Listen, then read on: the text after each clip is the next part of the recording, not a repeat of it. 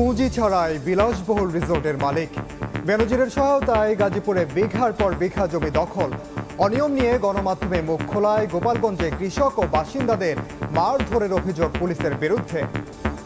বাহিনীর সম্মান কোথায়, প্রশ্ন মির্জা ফখরুলের। আইনজীবীও জানেন না কোথায় আছেন বেনজির।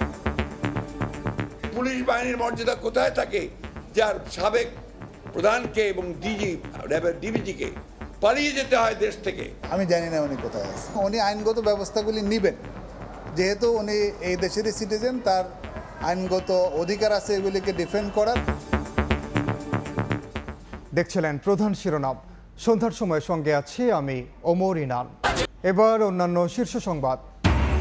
অবসরের 13 বছর পর ডক্টর ইউনূসের বিরুদ্ধে হাজার কোটি টাকা লোপাটের অভিযোগ খোদ গ্রামীণ ব্যাংকের। সুবিধা দিয়েছেন পরিবারকে, বিভ্রান্তিকর তথ্য দাবি। বৃষ্টির ঢলে 4 দিন ধরে বিপর্যস্ত সিলেট, ঘরবাড়ি ছাপিয়ে ওসমানী মেডিকেলে পানি। নগরবাসীর চরম দুর্ভোগে লন্ডনে বসে মেয়র, সুনামগঞ্জে ভেঙেছে সড়ক। কোটি টাকার সর্বাধুনিক আইসিইউ সুবিধা ব্যবহারের অভাবে পড়ে আছে অবহেলায়। মহানগর হাসপাতালে 10 বছরের নিয়োগ মাত্র একজন চিকিৎসক। নজরে আনার পর মন্ত্রী দিলেন আশ্বাস। 3 দিন ধরে বিদ্যুৎ বিচ্ছিন্ন কারওয়ান বাজার বিপাকে 1200 দোকানের শত শত ক্রেতা বিক্রেতা।